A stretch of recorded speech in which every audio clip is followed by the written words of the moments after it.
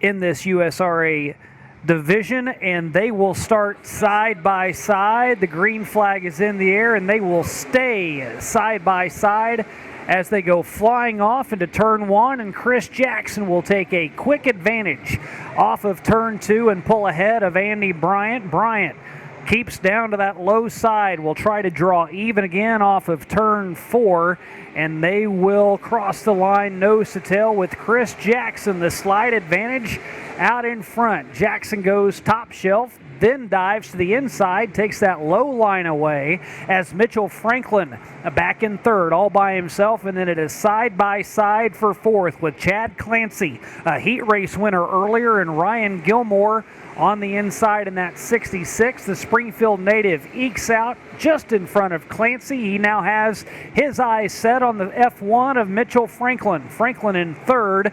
Gilmore gets a bump to the high side. He will now rim right around the top, try to find a little traction up in that loose stuff, and then fall back in line right behind Franklin. Andy Bryant is always a high side rider. That's where his car likes to be. That's where the driver likes to be.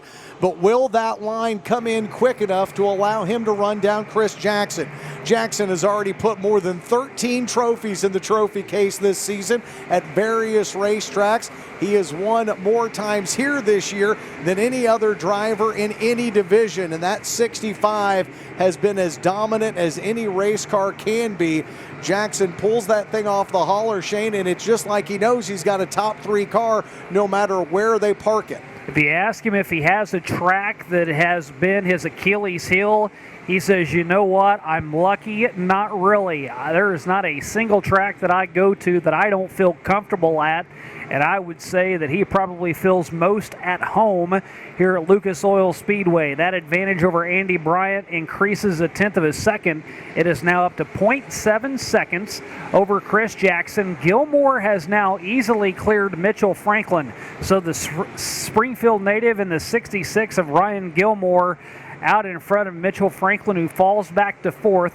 Taylor Moore, who started a little deeper in the field, he started 10th. He has now worked his way up, and he's a contender in the top 5 as he clears Chad Clancy. So Clancy, who was a heat race winner earlier, started up in that second row.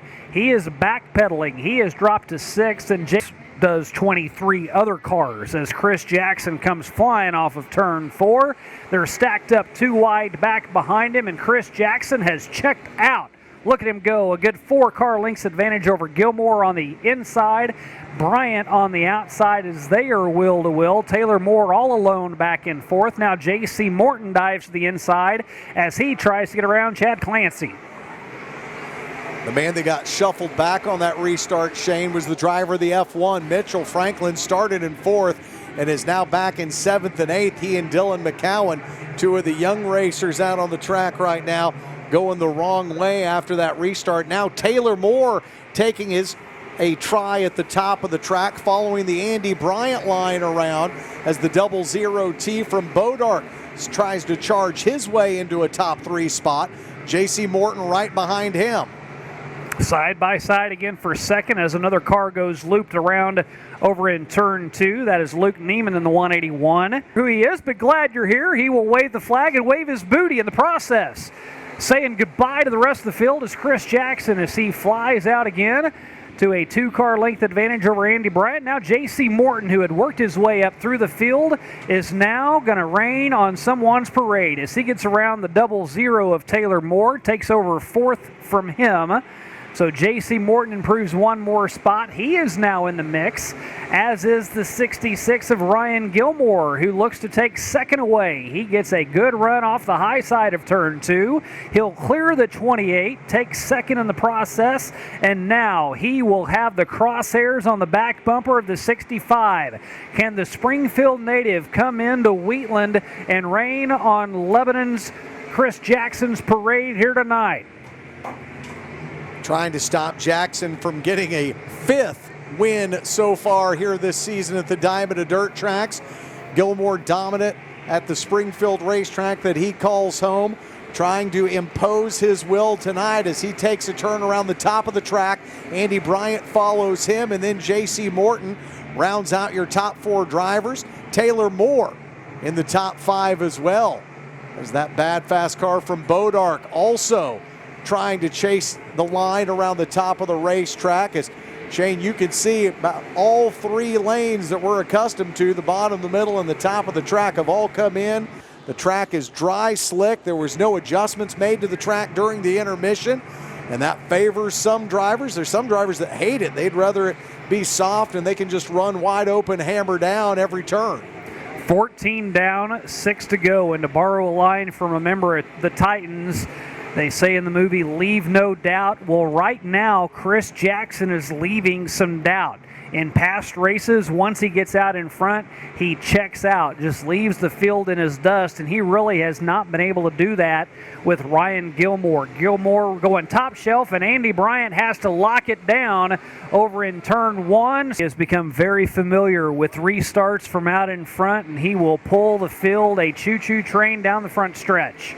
He will go down to the low side, up on the top shelf. A couple of takers up on that high side will be the 66 of Ryan Gilmore, the 00 of Taylor Moore. They will both try to take a different line than Kris Jackson does, but it's not really working out for him as Kris Jackson has extended his lead. It's now 0.8 seconds ahead of Ryan Gilmore. Jackson continuing to be successful in the bottom third of the racetrack. You see Gilmore and Morton tried the top side again. Taylor Moore now, Shane, trying to take the same line as your race leader, and that has gotten him a spot away from J.C. Morton, and they'll be side by side through 1 and 2, but Moore gets a good push off the top of turn 2. And how about the 32 of Robbie Ewing? His time is coming as well, as he is now up to 5th.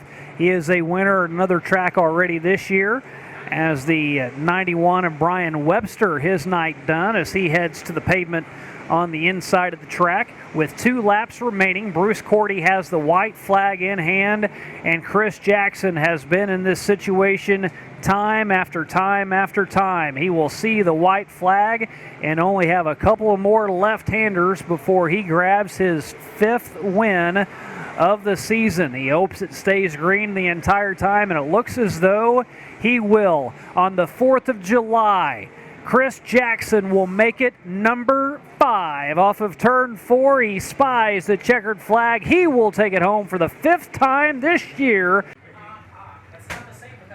Ferris and Johnson will let the late models loose here. Ferris gets a little loose on the start as Heather Mathias waves the green flag in front of Bruce Cordy, and we go to green flag racing. Cars damaged during the parade lap.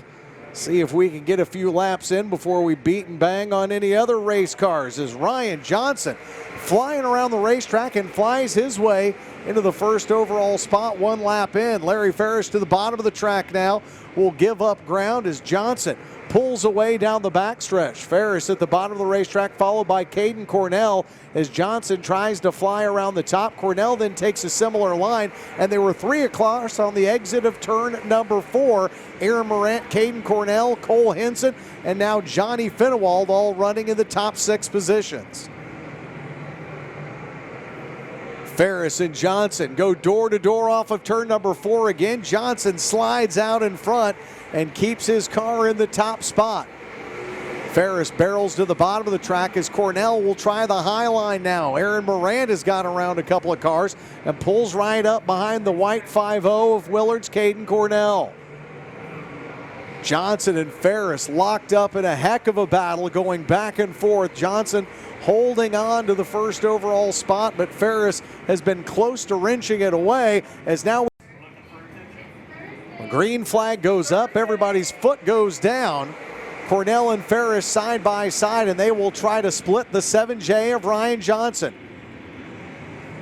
Neither one of them get as good a run off of turn number 2 as Johnson does, though. Now Ferris dive bombs, slides up in front, and then the crossover here as Johnson will take his spot back as Ferris couldn't hold the line. He came in too hot to turn 4. Now, a lot of times drivers will come in hot and then lift off just in the nick of time to get that momentum slowed down, make that turn, but Ferris just drifted a little too high and opened the door for Johnson again. The kid from Willard, Caden Cornell, going the wrong way. He's dropped back 3 spots. Cole Henson, Aaron Morant, now Johnny Finewald, all taking spots away from the white 5-0, and all the while they're 3 across down the backstretch, and in turn number 2, it's Ryan Johnson trying to run away. Johnson under the flag stand again, this time with a half a second advantage over Larry Ferris as the 48-year-old tries to pedal his way back to the front. Morant pulls alongside Cole Henson. The racer from Richmond and the Hammer go side by side through 3 and 4. Both of them chasing Ferris, who's trying to run down Ryan Johnson. And in the meantime, Todd Shute. Cornell gets turned around. Todd Shute just wipes Caden Cornell out, got into him, and 2 heavy hitters take behind him. He will put his foot down. The late models will get loud as the green flag goes in the air. And now Ferris tries to fly around the 7J, and he spins it in turn number 2. The caution comes on again, and your race leader is pointed the wrong way. We're going to celebrate all right here in about 2.5 races. Does Larry Ferris have what it takes to take home a race win here at the Diamond of Dirt track? So close on Saturday night off the track, and Larry Ferris will lead us around for green flag racing. Ferris gets a good jump. Aaron Morant tries to stay right in line behind him. And Cole Henson, Johnny Finewald, and Tucker Cox all get lined out. And the 31 of Cole Henson, something is let go in that race car. His car will come to a rest between turns 3 and 4. Get back towards the front. Ferris gets to going fast here again. Morant and Finewald will try to chase down the veteran driver from Nevada, Missouri. And Larry gets a good run off of turn number 2, and it'll be door handle to door handle for Finewald and Morant. Number 2 and number 3 in the points race. Morant at the bottom of the track, Finewald at the top, and the Flash will fire into second place, but can he hold on to it? He now comes down the track off that high line, runs it through the middle of turn number 2, and gets a 2-car length advantage over the driver of the 1X. Ferris all the while still leading. Now the 2 cars that came together and brought out a caution earlier, Shute and Cornell side by side, 3 across as they come through turn number 4 along with Dalton Emhoff. Finewald now has some breathing room behind him, back to Aaron Morant in third, as Johnny Finewald will try to reel in Larry Ferris, but the lights, they come on their way through 3 and 4. Green, white, checkered for this one, as our 25-lap feature gets trimmed down to a tidy 11 laps. Green flag goes up. Ferris puts his foot to the floor and will lead him off of turn number 2 with Finewald right behind him. Aaron Morant goes to the bottom of the racetrack now, trying to get a run on the Flash. He cannot take this spot away as Finewald holds on to the number 2 spot. White flag goes up for Larry Ferris. Ferris was 3 laps away from a race win on Saturday night. He could not hold off Johnny Finewald. But tonight, on Thursday Night Thunder, he will do just that as he keeps Finewald behind him. For the Pitsomes USRA Modifieds, Wheeler off of turn 4. Bubba lets it wave again. How about a 3-fer for Bubba up on the flag stand? Don't go anywhere, Bubba. His beard's flowing in the breeze on that one as Wheeler over in 3 and 4 has Robbie Reed right behind him. Lucas Gibbs goes low side. John Sheets gets shuffled back. He is already in 4th as he has lost his front row advantage. But he stays top shelf. Everybody else goes on the low line. Can John Sheets make it work up top? Not that time around, as Lucas Gibbs stays in 3rd.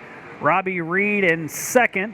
And Lucas Gibbs gets ever so closer to the number 5 as they all kind of spread out right behind him. They stay too deep on deeper in the field from, 2nd all the way back to 24th, something along that line. Give or take. As Robbie Reed gets a little closer to the 88, he'll look to the outside, 2-car lengths behind the Muskogee, Oklahoma native. Now Reed dives to the inside, tries to make that lower groove work, but has to drift up as he lifts off the gas and goes back to a 2-car deficit back behind your race leader. You mentioned that John Sheets kind of got shuffled back to fourth, Shane. He gets a pretty good run here off the top of turn number 4, able to stay out in front of your midseason points champ. Here, Peyton Phillips, see what kind of run he gets as he lowers that line on the exit of turn number 2.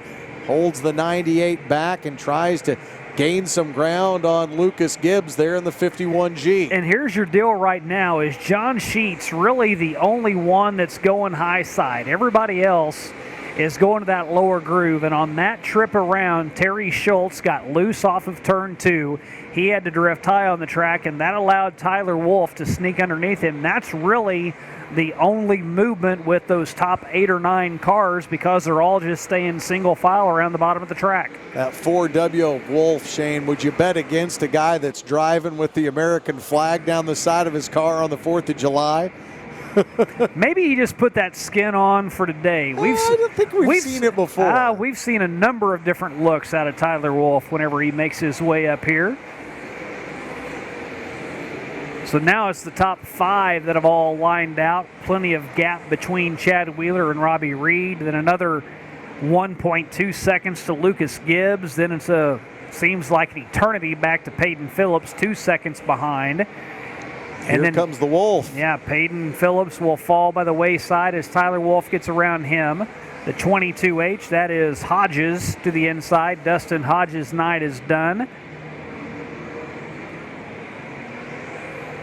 Approaching the midway mark. Once we got it going, we have ticked away some laps. Wheeler's lead the last time around, Shane, 1.5 seconds now to the good of Robbie Reed. Lucas Gibbs, though, starting to push, get up a little bit closer to the 5 of Reed now as they work their way off of 4. Let me tell you, if there is a caution, Tyler Wolff is going to play a factor in this thing before it's all said and done, depending upon, of course, how many laps are left, as we have gotten the cross flags now from Bruce Cordy. 10 laps down, 10 remain. This one will complete lap number 11. Wheeler almost an entire straightaway to the good of Wolff right now. And continues to expand on that lead. Robbie Reed was 1.5 seconds behind the last lap, Shane. Now it's almost 2.5 seconds. Now the great equalizer for some drivers, it's lap traffic, and Chad Wheeler will have a couple up in front of him, the first of which is Rodney Schweitzer in the 74, Donnie Fellers up in front of them, and that will make Chad Wheeler get out of his groove a little bit. He had been hugging the bottom of the track, and he will now have to get around them, and luckily he times it out to where he is able to clear them on the front stretch. He'll still have to drift high off of turn 2, maybe lose a little bit of ground, but not a whole lot to Robbie Reed. So he timed that one out perfectly to take out 2 lapped cars all on one straightaway. A 2-for-1 deal for your race leader, Chad Wheeler, who even with lap traffic has maintained and expanded his race lead. Now 3 seconds to the good side of Robbie Reed, who's got more of a problem with Lucas Gibbs in his rearview mirror than he does right now of getting around the lap traffic and trying to catch the 88.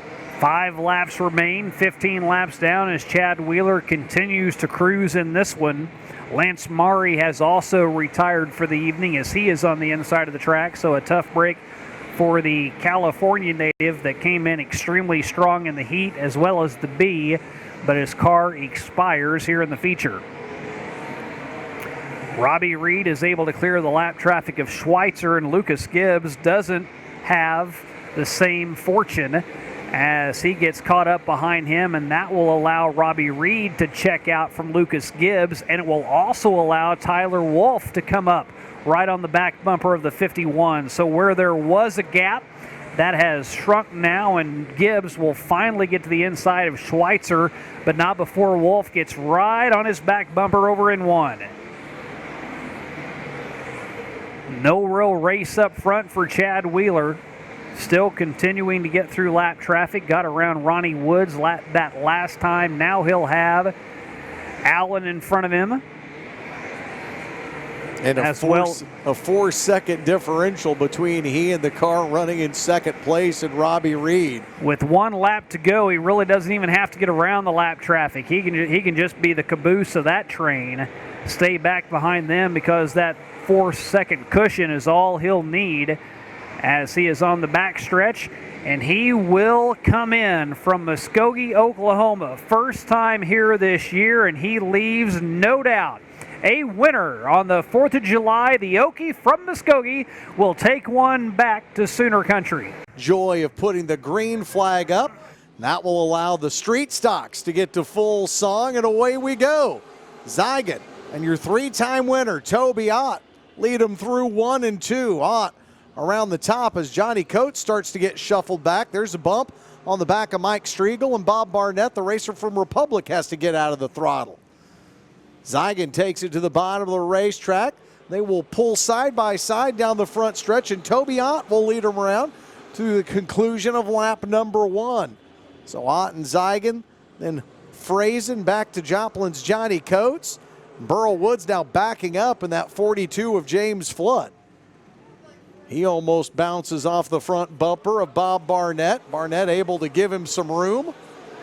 As the Wheatland outlaw Mike Striegel drops in, he's got his car vying for a top 5 spot now as he tries to pull up alongside Burl Woods as they barrel down the back straightaway. After they were side by side in those opening laps, Zach Zygon's car goes away just a little bit. Toby Ott got a good run off of turn 2, pulled ahead and came down one line to take that line away from Zach. So Toby has led the way since then. And how about Johnny Coates getting around Zygon? So a pair of 35s, and that time around it was Johnny Coates that was able to get around him. It is your 2 heat race winners now running 1 and 2. Toby Ott, the 2017 track champion here at the Lucas Oil Speedway. But Joplin's Johnny Coates gets a major push off of turn number 2, tries to blow by Toby Ott, but Ott now lifts there through between 3 and 4, and it's Johnny Coates who will lead the way here as they start lap number 5. Boy, he made that look way too easy as he was just able to motor around him, working his way through the field. He started back inside row 2,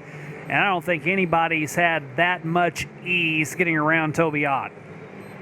10 plus years in the pilot seat there for Johnny Coates. That Hatfield engine underneath the hood, and he is starting to pull away now from the field. He made it look easy as he flew around the 27. Your midseason points champ, Toby Ott. Ott with 3 wins. Coates has 1, and he's looking for a second one tonight. Now almost a second and a half faster on the track right now, the difference between Coates and Toby Ott. Cody Frazen now starting to track down the 27. As Frazen will go through the middle of 3 and 4. 7 laps down, make that 8 laps as Coates comes underneath the flag stand again. 12 laps to go here in our 20-lap final feature of the night. You know, Cody Frazen won 2 races ago, and then last week just had a stub of the toe. He finished right at the 10th position, and now he comes back tonight. He has Toby Ott in his side. He's sitting 3rd, so he has found a little extra horsepower as well, looking to the inside of Ott.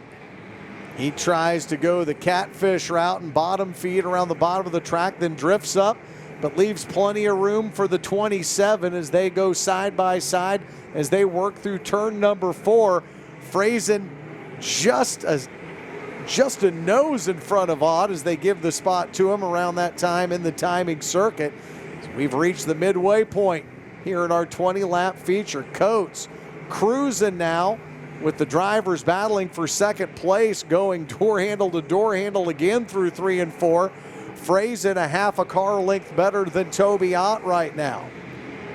So between the first 3 drivers in the field, you've got 5 of the 7 wins in the O'Reilly Auto Parts Street Stock Division. Boy, what a mess it is back there for 4th. Look at that battle now with Zygon on the inside, Bob Barnett in the middle, and then up on that outside, it's the 42 that gets a little bit loose, and Burl Woods unable to keep that thing 3 wide. Then how about the Wheatland Outlaw and Mike Striegel back in that number 1 machine? He's just kind of biding his. You know, he said earlier these street stocks are tough to drive. I'm like, come on, man, anything's tough for you to drive. You have a tough time even in a modified and a B mod. And then he comes out here and tries to motor this number 1 machine around, but doing a pretty good job tonight. Pretty good job also considering he celebrated his birthday earlier this Yeah, week. he's So old man now. happy birthday to the Outlaw. Also with that win in the Dirty 30, helping his point standings in the USMTS Rookie of the Year race. Johnny Coates now trying to navigate his way through lap traffic. He'll get his way around Grayson McKinney now as he puts the 05 a lap down. He's already gotten around Steve Scott as well, so 2 cars have been put a lap down by Johnny Coates, who now is 5 laps away from his second win of the season here at the Diamond of Dirt Tracks. Coates 3.3 seconds out in front of Cody Frazen, who has been able to get away from Toby Ott, and then there's a big gap between the 227s of Toby Ott and Bobby Barnett. It's Coates, Frazen, Ott, 1, 2, 3, Barnett, 4, Boral, Woods in that 42 in 5th, but Mike Striegel, the Outlaw, trying to take the spot away from Woods. 2 guys driving 2 cars we don't normally see them in, but they are putting on a show back there for 5th and 6th. Coates now with 2 more cars possibly getting ready to go a lap down as the 11 of Brad Gideon in front of him, along with the 7X of John Scott. As Coates wheels it off of turn number 4, he's got just 2 laps remaining, separating him and a second win on the 2019 racing season. He gets around Gideon. He clears the 7X now of John Scott. He'll slide up in front of Scott as they work through the middle of turn number 4. Johnny Coates gets the white flag from Bruce Cordy. One more time around, just a couple more left-hand turns for the man from Joplin, Missouri, who tonight jumped out early and has just been jamming all the way around the racetrack to collect his second feature win here in 2019.